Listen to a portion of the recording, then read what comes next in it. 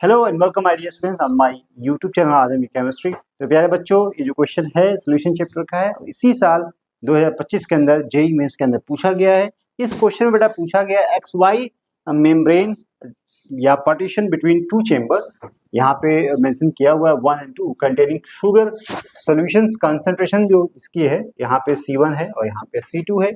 इस चेंबर की concentration C1, इसकी C2 मोल पर लीटर में दिया हुआ है। For the reverse osmosis to take place, identify the correct condition.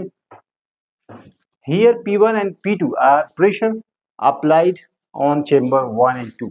तो बेटा यहाँ पे जो ऑप्शन दिया हुआ है आपको यहाँ पे चूज करना है करेक्ट, कि जो भी यहाँ पे दो चेंबर दिया हुआ है और दो चेंबर में यहाँ पे X और Y है और यहाँ पे जो A है और यहाँ B है, या यहाँ इसको आप कह सकते हो कि इसको P1 प्रेशर है, यहाँ पे P2 है। ये सोल्यूशन आपका यहाँ पे A है, ये सोल्यूशन आपका B है, या 1 या 2 कर दीजिए यहाँ पे।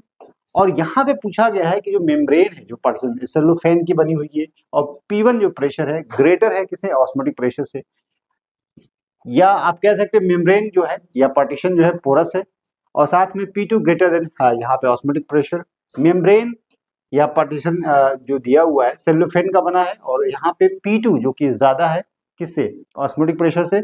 मेम्ब्रेन यहाँ पे जो प्रेशर बेटा P1 है, यहाँ P2 है और यहाँ पे जो है प्रेशरमेंट और यहाँ पे P1 ग्रेटर है किससे, ऑस्मोटिक प्रेशर से।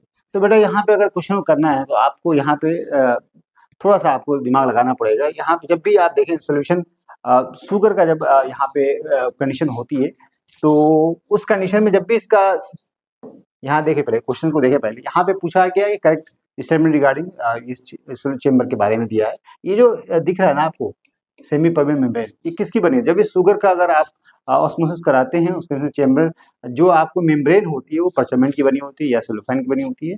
अब यहाँ पे बेटा ये तो बात क्लियर है कि यहाँ पे जो मेम्ब्रेन है या तो इसकी बनी है या तो आपको इसकी है, तो दो ऑप्शन में से ही सही है, बाकी तो ठीक है पोरस नहीं होती है, या सेलोफेन हो या यहाँ पे परचमेंट की बनी होती है। दूसरी बात है कि बेटा यहाँ पे जो कहा गया है ना कि जो ऑस्मोटिक प्रेशर है, यहाँ पे ऑस्मोसिस क्या होती है बेसिकली, यहाँ पे देखेंगे जब भी यहाँ पे जो कॉन्सेंट्रेशन C2 की कम है और C1 की ज्यादा है, तो यहाँ पे क्या होगा कि यहाँ पे सॉल्वेंट जो यहाँ पे होंगे, सॉल्वेंट यहाँ से मूव करके इधर जाएंगे, ठीक है। हाई जो यहाँ पे जिस यहाँ पे कॉन्सेंट्रेशन ज्यादा है वहां पे सॉल्वेंट मूव करेंगे through the semi permeable membrane, जो भी मेम्ब्रेन यहाँ पे है जिसकी जो बनी होती है, यहाँ पे अगर ग्लूकोज शुगर मॉलिक्यूल को अगर पास कराना है तो उस कंडीशन में जो मेम्ब्रेन बनी होती है परचमेंट या सेलोफेन की बनी होती है, अब यहाँ से पास करेगा। लेकिन इस चीज को रोकना है, यहाँ पे दिया है कि for the reverse osmosis to take place identify the correct. यहाँ पे रिवर्स ऑस्मोसिस करना, ऑस्मोसिस तो हो रही है लेकिन जस्ट उल्टा करना है ऑस्मोसिस के। अब यहाँ पे जो ऑस्मोटिक प्रेशर है, पता है कि यहाँ ऑस्मोसिस के आगे काम करता है, यहाँ पे अब यहाँ पे जो सोल्यूशन ये जो है, यहाँ पे प्रेशर P1 है, यहाँ पे प्रेशर P2 है, तो प्रेशर जो P1 है अगर आप ज्यादा लगाएंगे, ठीक है, यहाँ तो इस उस कंडीशन में क्या होगा बेटा, यहाँ पे जो है मोमेंट रुक जाएगा और वहां पे आप जो जो ऑस्मोसिस हो रही है वो रिवर्स ऑस्मोसिस की तरह काम करेगा। तो यहाँ पे जो ऑप्शन देखें अगर आप, तो आपका जो प्रेशर है यहाँ पे जो P1 जो प्रेशर है ज्यादा कर देंगे ऑस्मोटिक प्रेशर से, उस कंडीशन में क्या होगा, यहाँ पे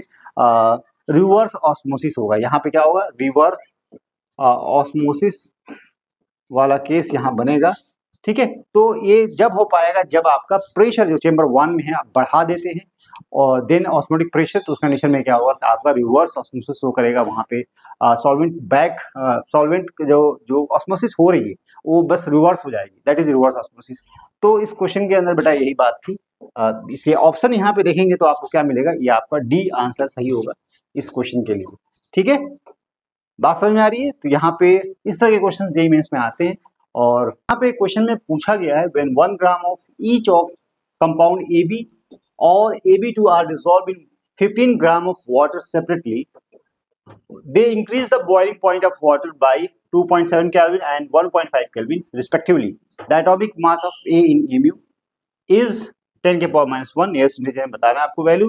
मोलर जो है बॉइलिंग पॉइंट एलिवेशन कांस्टेंट की वैल्यू 0.5 किलोग्राम केल्विन पर मोल दिया हुआ है। तो बेटा यहाँ पे आपको निकालना है मोलर मास, ठीक है, ए के लिए। तो बेटा इस तरह के अगर प्रश्न आता है, यहाँ पे एलिवेशन ऑफ बॉइलिंग पॉइंट का आपको फॉर्मूला पता है, डेल्टा जो टीबी जो बराबर होता है किसके बराबर होता है, डेल्टा जो टीबी होता है वो बराबर होता है डेल्टा टीबी जो बराबर होता है एम इंटू, यहाँ पे लिख सकते हो आई इंटू के बी इंटू एम, लेकिन आई का कोई मतलब है नहीं यहाँ पे। ओके, तो यहाँ पे डायरेक्ट आप लिख सकते हो डेल्टा जो टीबी होगा वो बराबर होगा के बी इंटू एम के। ठीक है, इस फॉर्मूले को यूज करेंगे। एम जो है आपको पता है मोडालिटी है, के बी कॉन्स्टेंट, इसकी वैल्यू दी है। Delta TB relation of boiling point, इसकी भी वैल्यू दी हुई है। आपको यहाँ पे आप निकालना है क्या, एम को अगर ओपन किया जाए, एम जो है किसके बराबर है, मोडालिटी पता है आपको क्या होती है, यहाँ पे moles of solute and mass of solvent in kilogram. Okay, या इसको हम ऐसे लिख सकते हैं W अपॉन एम, और यहाँ पे मास ऑफ सॉल्वेंट को W से हम रिप्रेजेंट कर सकते हैं। तो ये फाइनली आप इसको अगर लिखना चाहे तो लिख सकते हैं W अपॉन एम W, और इसको आप उठा के यहाँ पर रखिए तो आपको क्या मिल जाएगा, यहाँ डेल्टा जो टीबी मिलेगा फाइनल जो है, डेल्टा जो टीबी मिलेगा आपको क्या मिलेगा, K B into W upon M W. और इस फॉर्मूले को बेटा यूज करना है आपको क्या निकालने के लिए, यहाँ पे एम क्या है, मोलर मास, और डब्ल्यू क्या है, वेट ऑफ सॉल्वेंट है, और यहाँ डब्ल्यू क्या है, वेट ऑफ सोल्यूट है। यहाँ पे डेल्टा टीबी, अब देखो इस फॉर्मूले को यूज करना है तो आपको इन्फॉर्मेशन जो दिया है, डेल्टा जो टीबी है जो कि आपको K B into W upon M into W, यहाँ से एम निकालना है, तो एम निकालने के लिए आपको क्या करना पड़ेगा, के बी इंटू डब्ल्यू, और यहाँ पे डेल्टा जो टीबी है इंटू डब्ल्यू करना पड़ेगा। अच्छा, हमको इस फॉर्मूले को यूज करना है दोनों के लिए, ए बी के लिए और ए बी टू के लिए। तो यहाँ पे अगर हम निकालें एम ए बी के लिए निकालें तो यहाँ पे लिख सकते हो K B into W upon delta T B into यहाँ पे डब्ल्यू। अच्छा, यहाँ पे के बी की वैल्यू पता है कितना, 0.5 है, डब्ल्यू 1 ग्राम है, अपॉन यहाँ पे आपको डेल्टा टी बी जो है 2.7 कैलोरी दिया हुआ है, इंटू वेट अगर देखा जाए और यहाँ पे 15 ग्राम दिया है, तो 15 अपॉन यहाँ पे 1000 कर सकते हैं, तो किलोग्राम में आ जाएगा। इसको बेटा अगर सॉल्व करो तो आपको आंसर कितना आएगा, नियरली इसका आंसर 12.35 ग्राम पर मोल में आंसर आएगा। ठीक है, ये आपको आएगा किसके लिए, ए बी के लिए। लेकिन अगर आप ए बी टू के लिए अगर निकालें तो यहाँ पे आपको पता है के बी की वैल्यू 0.5 कॉन्स्टेंट है 1, और यहाँ पे जो 1 पॉइंट कितना दिया है, यहाँ पे 1.5 दिया है। ठीक है, यहाँ पे 1.5 इंटू यहाँ 15 अपॉन 1000, और इसको सॉल्व करेंगे तो बेटा आपको मिलेगा 0.22 ग्राम पर मोल।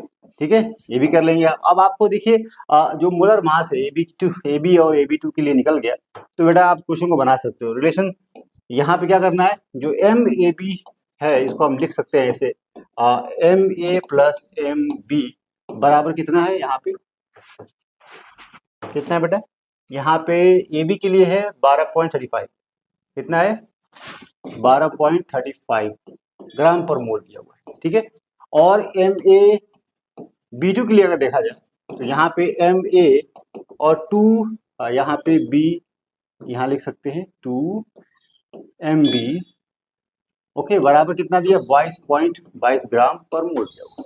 अब यहाँ से इन दोनों को घटा के आप क्या निकाल सकते हो, माइनस करें, सब्सट्रैक्ट करें अगर इसको, तो यहाँ पे बेटा निकलेगा क्या, आप इसको अगर इसको घटाए तो आपको कैंसिल होगा एम ए और यहाँ पे एम बी बचेगा, क्या मिलेगा आपको, एम बी बराबर क्या मिलेगा, तो आपको माइनस करना है, तो 22.22 से माइनस करिए 12.3587, ये आपको मिलेगा ग्राम पर मोल मिलेगा। ठीक है, ये आपको मिला क्या है, एम बी। ठीक है, अब अगर एम बी निकाल लिया तो एम बी निकाल सकते हैं आसानी से। देखिए यहाँ पे क्या एम बी बराबर कितना दिया है 9.87, और यहाँ एम ए दिया हुआ है, आपको निकालना है, और एम बी की वैल्यू आपको पता है यहाँ पे कितनी दी हुई है आपको, एम ए की वैल्यू दी है 12.35, और एम बी की वैल्यू जो दी है आपकी 9.87। तो यहाँ पे कितना निकल के आएगा, एम ए बराबर आया 12.35 माइनस 9.87, देखें तो लिख सकते हैं 2.5 इंटू 25.10 के पावर -1। तो यहाँ पे जो आंसर होगा एम ए के लिए कितना हो जाएगा, 25 होगा। देखिए तो यहाँ पे बेटा कितना हो जाएगा 25 10 के पावर -1। देखिए दैट इज योर आंसर। तो बेटा इस क्वेश्चन में ये था कि अगर आप जब भी एलिवेशन ऑफ बॉइलिंग पॉइंट यहाँ पे डेल्टा जो टीबी है, that is elevation of boiling point, जब भी किसी प्योर सॉल्वेंट में अगर आप सोल्यूट ऐड करते हो उसका बॉइलिंग पॉइंट बढ़ जाता है, और जितना बढ़ रहा है यहाँ पे आप बताया कि इस फॉर्मूले को यूज कर सकते हैं एलिवेशन ऑफ यहाँ m है और यहाँ पे डेल्टा टी भी है। यहाँ से आप मोलर मास निकाल सकते हैं। मोलर मास निकालने के बाद दोनों का निकालने के बाद आप दोनों को माइनस कर दीजिए और फिर आपको बेटा यहाँ से आपको यहाँ पे m की मोलर मास निकल जाएगा। तो आई होप आपको ये प्रॉब्लम समझ में आई है। इसी तरह की प्रॉब्लम को देखने समझने के लिए मेरे यूट्यूब चैनल को सब्सक्राइब कर सकते हैं। यूट्यूब चैनल का नाम है आजम की केमिस्ट्री, और साथ साथ इंस्टाग्राम और फेसबुक पे फॉलो कर सकते हैं मोर एंड रेगुलर अपडेट के लिए। Thank you very much.